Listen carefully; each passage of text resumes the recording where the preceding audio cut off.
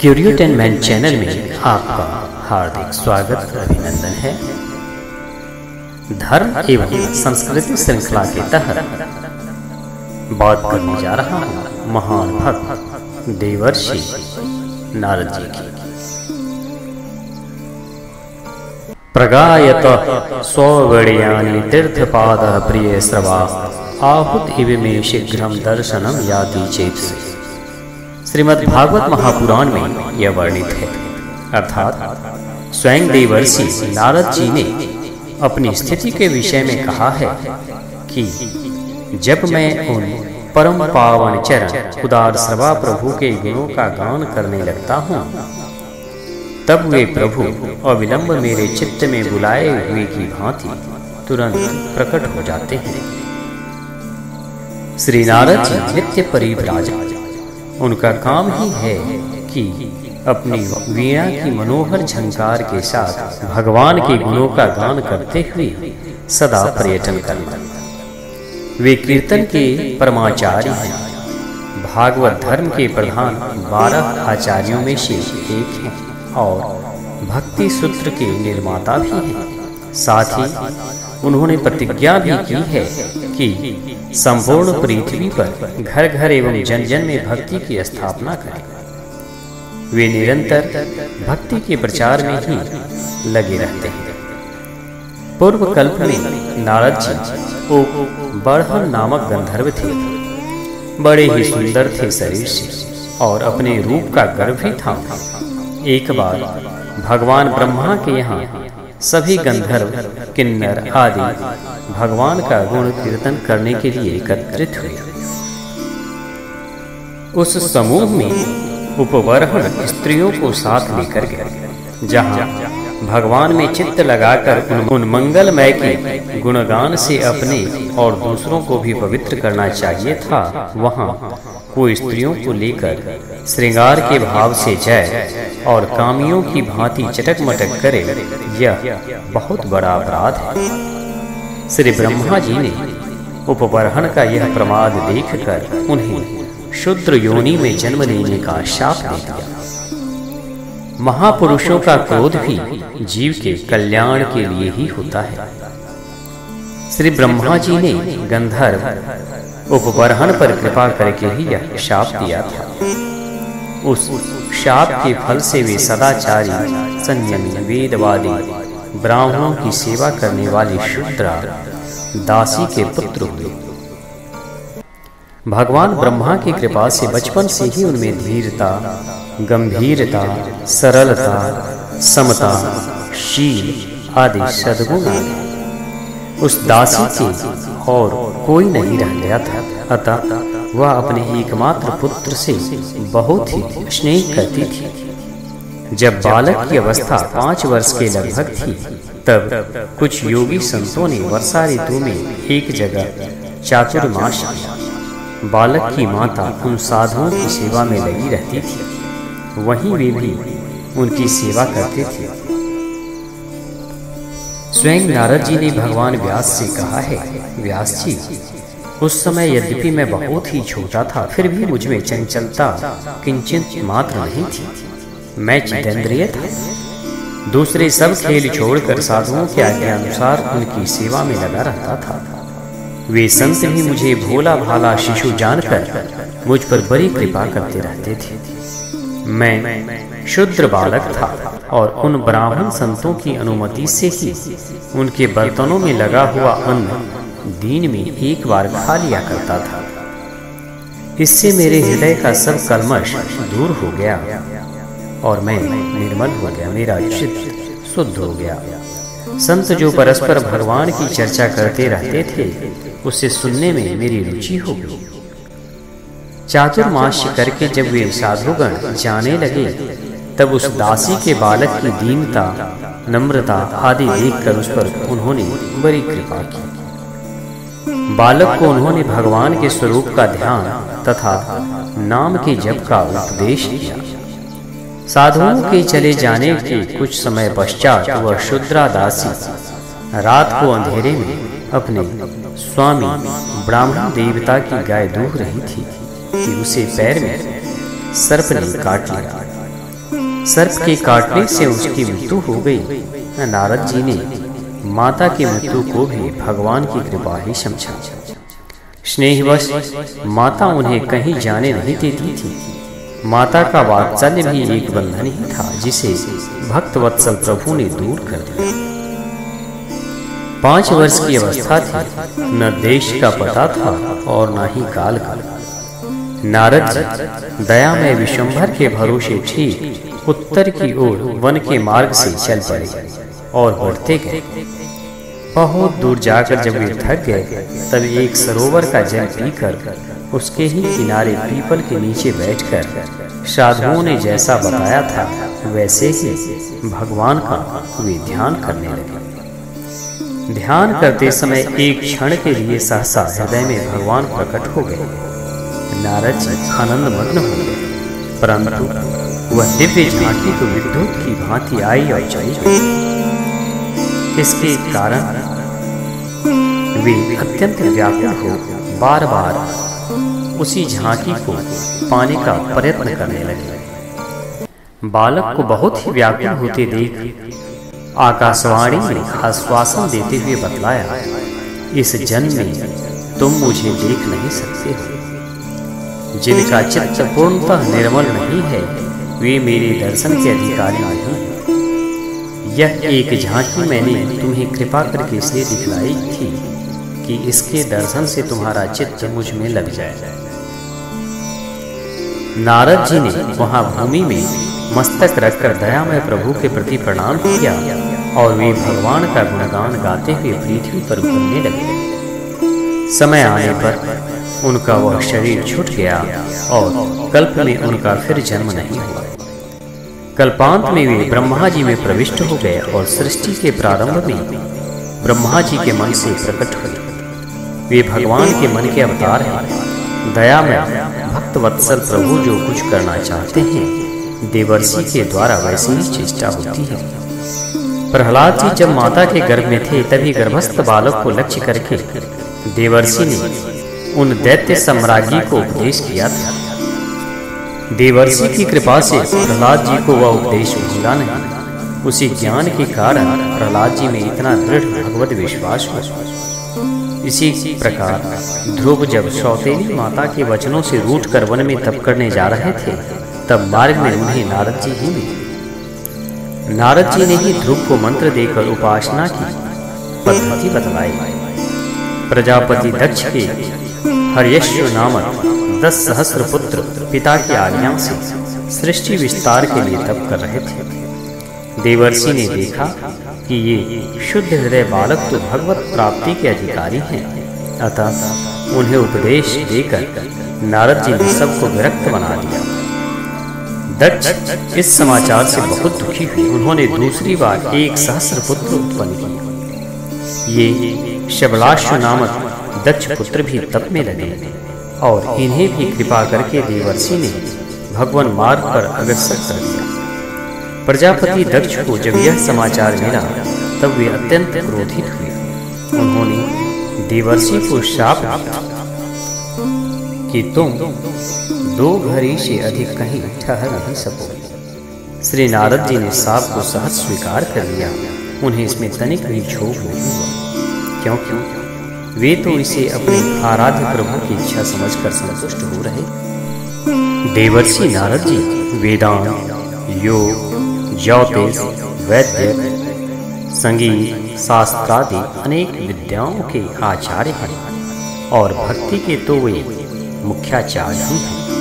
उनका पांचरात्र भागवत मार्ग का मुख्य ग्रंथ है। देवर्षि ने कितने लोगों पर कब कैसे कृपा की है इसकी गणना कोई भी नहीं कर सकता। वे कृपा की मूर्ति हैं। जीवों पर कृपा करने के लिए ही वे निरंतर त्रिलोकी में घूमते रहते हैं। उनका एक ही व्रत है कि जो भी मिल जाए उसे चाहे जैसे भी हो श्री भगवान के चरणों तक पहुंचा दिया जाए। जो जैसा अधिकारी होता है उसे वे वैसा ही मार्ग बतलाते हैं। प्रहलाद तथा ध्रुव को उनके अनुसार और हिरण्यकशिपु तथा कंस को उसके अनुसार मार्ग बतलाया। उनका उद्देश्य रहता है कि जीव जल्दी से जल्दी भगवान को प्राप्त करें। देवर्षि ही एकमात्र ऐसे हैं जिनका सभी यानी सुर और असुर समान रूप से आदर करते हैं। सभी उनको अपना हितैषी मानते रहते हैं और वे सचमुच सबके सच्चे हितैषी भी। भगवान व्यास जब वेदों का विभाजन तथा महाभारत की रचना करके भी प्राणियों की कल्याण कामना से खिन्न हो रहे थे, तब उन्हें भागवत तत्व का उपदेश करते हुए नारद जी ने बताया, वह वाणी वाणी नहीं है जिसके विचित्र पदों में त्रिभुवन पावन श्री हरि के यशों का वर्णन न हो। वह कौओं का तीर्थ है जहाँ मानसरोवर विहारी सुशिक्षित हंस क्रिया नहीं करते, अर्थात जैसे घृणित विष्ठा पर चोंच मारने वाले कौओं के समान मलिन विषयानुरागी कामी मनुष्यों का मन उस वाणी में रमता है, वैसा मानसरोवर में विहरण करने वाले राजहंसों के समान परमहंस भागवतों को मन उसमें कभी नहीं रमता। उस वाणी को बोलना तो संसार पर वज्रपात करने के समान तथा लोगों को पाप मग्न करने वाला है, जिसके प्रत्येक पद में भगवान की वे मंगलमय नाम एवं यश नहीं है, जिनको साधु जन सुनते हैं, गाते हैं और वर्णन करते हैं। भगवान की भक्ति भावना से शून्य निर्मल निरंजन निष्कर्म ज्ञान भी शोभा नहीं देता, फिर वह सदा अकल्याणकारी कर्म तो कैसे शोभा दे सकता है, जो निष्काम भाव से भगवान को समर्पित नहीं कर दिया गया है। भगवान श्री कृष्ण ने नारद जी के गुणों की प्रशंसा करते हुए एक बार राजा उग्रसेन से कहा था, अहम ही सर्वदा स्तौमि नारदं देव दर्शनम महेंद्र गति तेनैव स्तोत्रेण शृणु तन्नपि उत्सांग द्वागुणो जातो यस्याहं तान् विद्यते अगुप्त श्रुति चारित्रं नारदं तं नमाम्यहम्। अर्ति क्रोध चापल्ये भयं नयतानि यस्य च अदीर्घ सूत्रं तं धीरं नारदं प्रणमाम्यहम्। कामद्वा यदि वा लोभाद वाचं यो नान्यान् वदेत् उपास्यं सर्वजन्तूनां नारदं तं नमाम्यहम्। आध्यात्मगति तत्त्वज्ञं ज्ञानशक्तिं जितेन्द्रियं ऋजुं यथार्थवक्तारं नारदं तं नमाम्यहम्। तेजसा यस्या बुद्ध्या नयेन विनवेन च जन्मना तपसा वृद्धं नारदं प्रणमाम्यहम्। सुखशीलं सुसुवेशं सुभोजं भास्वरं शुचिं सुचक्षुं सुवाक्यं च नारदं प्रणमाम्यहम्। कल्याणं कुरुते वाढं पापं यस्मित्र विद्यते न प्रियते परार्थेन यौषो तं नौमि नारदम्। वेद स्मृति पुराणोक्तं धर्मं यो नित्यमास्त प्रिया प्रिय विमुक्तं तं नारदं प्रणमाम्यहम्। अश्नादिष्टलिप्तं च पंडितं नालशं द्विजं बहुश्रुतं चित्रकथं नारदं प्रणमाम्यहम्। नार्थे क्रोधे च कामे च भूतपूर्वस्य विभ्रमः ये नैते नाशिता दोषा नारदं तं नमाम्यहम्। वीतसम्मोह दोषो यो दृढ़भक्तिश्च श्रेयसी सुनियं सत्रपं तं च नारदं प्रणमाम्यहम्। असक्तः सर्वसंगेषु यः सक्तात्वमेव लक्ष्यते अदीर्घ संशयो वाग्मी नारदं प्रणमाम्यहम्। नासुत्यगामं किंचित् तपकृत्येन जीवति अवंघ्यकालो वश्यात्मा तमहं नौमि नारदम्। कृतस्त्रं कृतप्रज्ञं न च तृप्तं समाधितः नित्ययत्नप्रमत्तः च नारदं तं नमाम्यहम्। न हृष्यर्थलाभेन यो लाभे न व्यत्तपति अस्थिरबुद्धिरसक्तात्मा तमहं नौमि नारदम्। तं सर्वगुणसम्पन्नं दक्षं शुचिमकातरं कालज्ञं च नवज्ञं च शरणं यामि नारदम्। इमं स्त्वं नारदस्य नित्यं राजं जपाम्यहं तेन मे परमां प्रीतिं करोति मुनिषत्तमम्।